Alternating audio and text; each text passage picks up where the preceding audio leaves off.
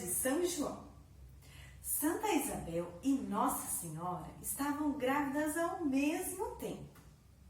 E Santa Isabel ia ter o bebê primeiro. Então, Nossa Senhora combinou com ela: por favor, quando seu bebê nascer, me avise para eu ir visitar você e o bebê.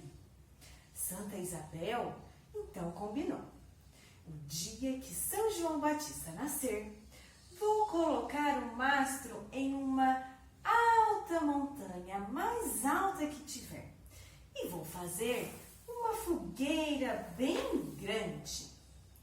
Então, assim se passou muito tempo, até que uma bela tarde, Nossa Senhora viu um fumaceiro. Olha lá, nossa, um fumaceiro, um fogaréu. Ah, já sei, São João Batista nasceu, vou logo visitar. Nossa Senhora foi correndo visitar sua prima e um bebezinho. Chegando lá, Nossa Senhora pegou o bebezinho, fez muito carinho. E assim ficou que toda vez que São João Batista fizesse aniversário, teria fogos, foguete, fogueira e muita alegria. E a história continua. Um dia, São João estava no colo de sua mãe.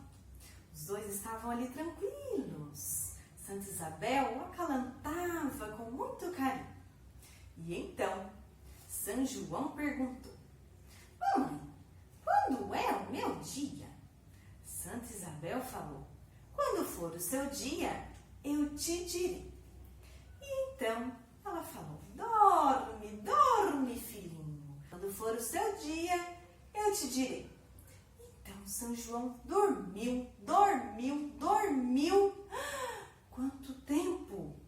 E aí a festa de São Pedro começou. Fogos, foguetes e muito fogaréu aconteceu. E São João acordou. Foi logo lá correndo perguntar para sua mãe: mamãe, quando é o meu dia?